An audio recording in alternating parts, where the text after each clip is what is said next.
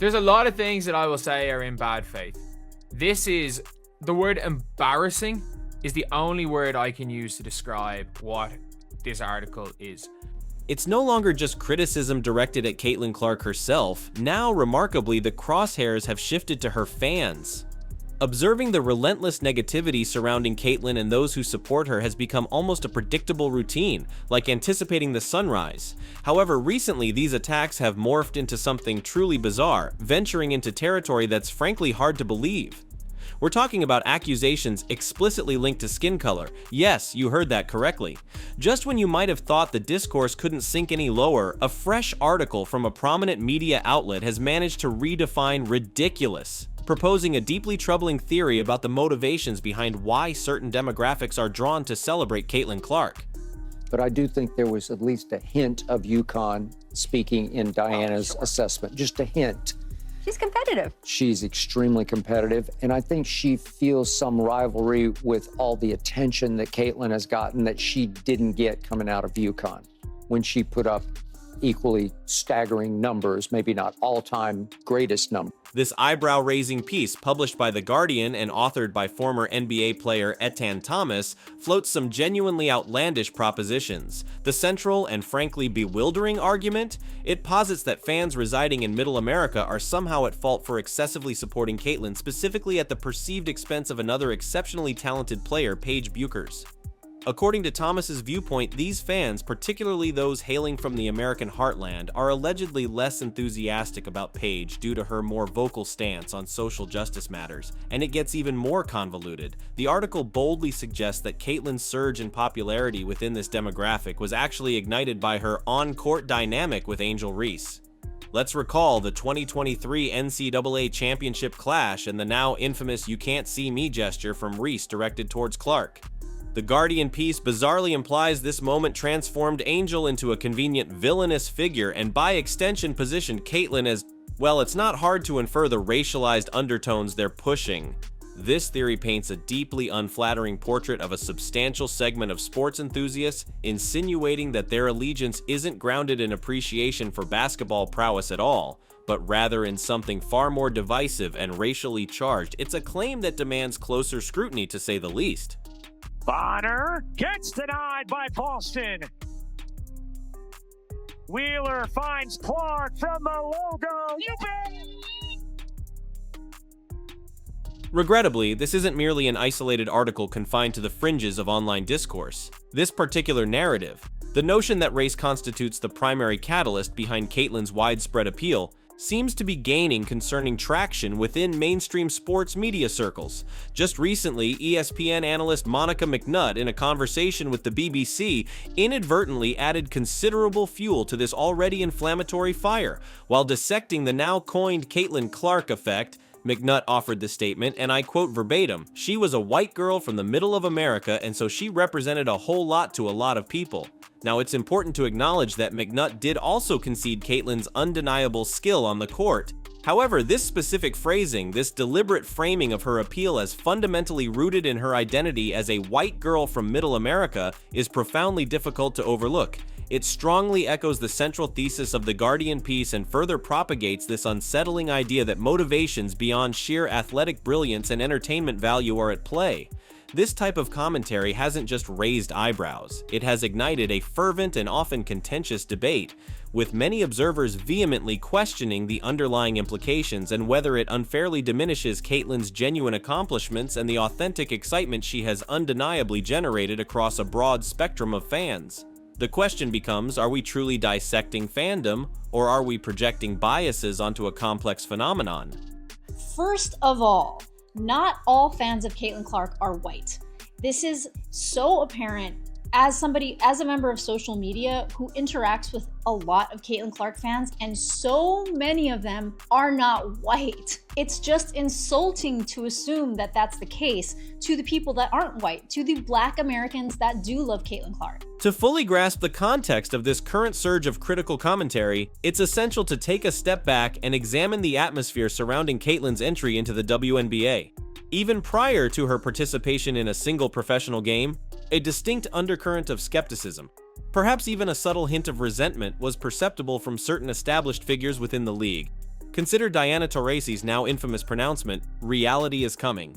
It hardly sounded like a warm welcome mat being rolled out. Many analysts and fans interpreted this and similar remarks from other veteran players as a clear indication that a segment of the WNBA's established guard weren't entirely overjoyed by the overwhelming media attention and fan fervor surrounding this incoming rookie. Perhaps there was a lingering sentiment that this intense spotlight, even if ultimately beneficial to the WNBA's overall visibility, was somehow premature or unearned. Alternatively, it's conceivable that some veterans worried that Caitlyn's rapid ascent to stardom might inadvertently overshadow the hard-earned achievements and legacies of those who had diligently contributed to building the league over decades. Whatever the precise motivations, this initial, almost imperceptible undercurrent of doubt and veiled negativity undeniably laid the groundwork for the more overt criticisms that would soon emerge, criticisms that, as we see now, are reaching an almost deafening crescendo. I was just about to say same thing for Angel Reese when I had a chance to cover their games, but I think Caitlyn represented, and again, some of this to me probably is not fair to her because it was not anything that she said or was truly based on her personality, but she was a white girl from the middle of America. And so she represented a whole lot to a lot of people, whether that is truly what she prescribed to or not. We can all say she is a dynamic basketball player and a force both on the court and the marketing sense. But I do think same thing with folks that may have fallen in love with Angel Reese that may or may not have agreed with everything they had to say either.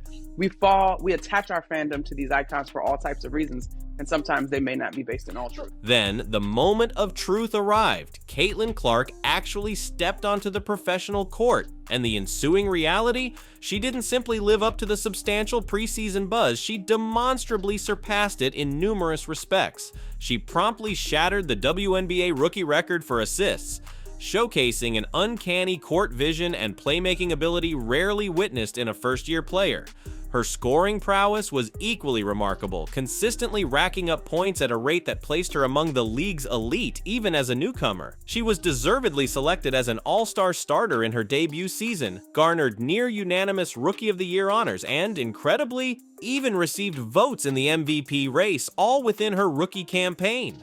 Perhaps most significantly for her team, she almost single-handedly propelled the Indiana Fever, a franchise that had been languishing near the bottom of the league standings for years, into serious playoff contention, injecting a newfound energy and excitement into the organization.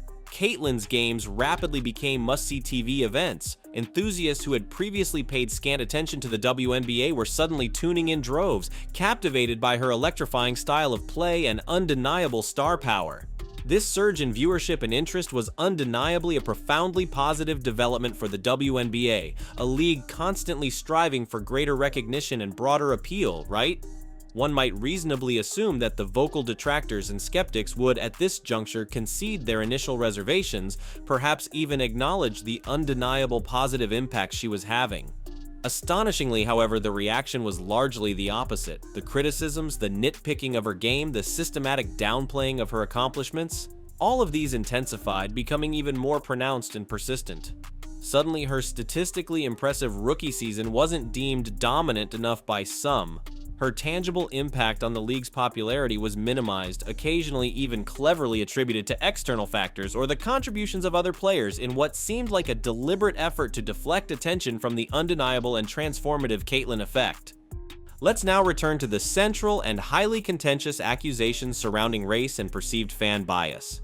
Are these claims, upon closer inspection, genuinely grounded in factual evidence? The prevailing notion that Caitlyn's widespread popularity is primarily, or even substantially fueled by racial preferences simply crumbles under scrutiny when confronted with readily available facts. Throughout her burgeoning career, Caitlyn Clark has consistently demonstrated profound respect and genuine admiration for black players, both those who currently grace the WNBA and the revered legends who paved the way for the league's current generation. Recall her memorable appearance on the national stage of Saturday Night Live. She consciously utilized that incredibly prominent platform to specifically and sincerely name and celebrate iconic black athletes who courageously broke barriers and laid the essential foundation for her own opportunities and those of countless others. Furthermore, Lisa Leslie, a bona fide WNBA icon herself, possessing unparalleled first-hand knowledge of the sport's rich history and evolving dynamics, has publicly and repeatedly lauded Caitlyn for her demonstrably genuine appreciation of the league's legacy and its pioneering figures. And crucially, we should not overlook the fact that Caitlyn herself has articulated clear and thoughtful stances on social justice issues, including a notable interview with Time magazine where she addressed these topics directly. And her overall popularity has shown absolutely no sign of diminishing as a result. Moreover, a simple observation of Caitlyn's dedicated fan base, particularly within online communities and social media platforms, reveals a striking degree of diversity, encompassing individuals from a wide array of backgrounds and demographics. To simplistically suggest that this broad and enthusiastic following is merely a monolithic entity driven by underlying racial animosity is not only demonstrably inaccurate and detached from reality, it is, quite frankly, deeply insulting to the countless fans of color who genuinely appreciate her exceptional talent, her captivating style of play, and the undeniable excitement she injects into women's basketball. So if we can confidently dismiss the notion that race is the fundamental driver, and if it's undeniably not due to any lack of exceptional talent, but rather the very opposite, then what in essence is the genuine explanation for Caitlyn Clark's phenomenal rise to superstardom? The most compelling answer, and arguably the most accurate and positive interpretation, is refreshingly straightforward. It boils down to pure, unadulterated entertainment value. Caitlyn Clark is, quite simply, consistently electrifying to witness in action.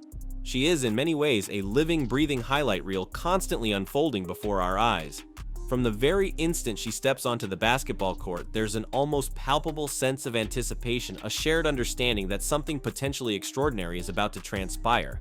Jaw-dropping three-pointers launched from the logo with audacious confidence. Check and check again. No-look passes that defy conventional court geometry and thread through seemingly impenetrable defenses. Absolutely a regular part of her repertoire. Clutch. Game-altering buzzer beaters that send arenas into a frenzy. She's already etched those moments into her growing legacy. Even a touch of spirited and often humorous trash talk directed at opponents. It's all part of the captivating package that is Caitlyn Clark. Consider the enduring appeal of the NBA's most iconic figures, Michael Jordan, Kobe Bryant, Steph Curry.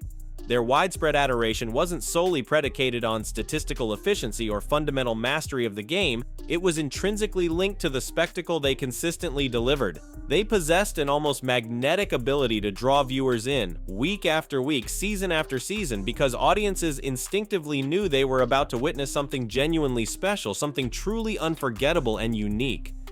Caitlyn Clark undeniably embodies that same elusive ites factor within the realm of women's basketball in this current moment.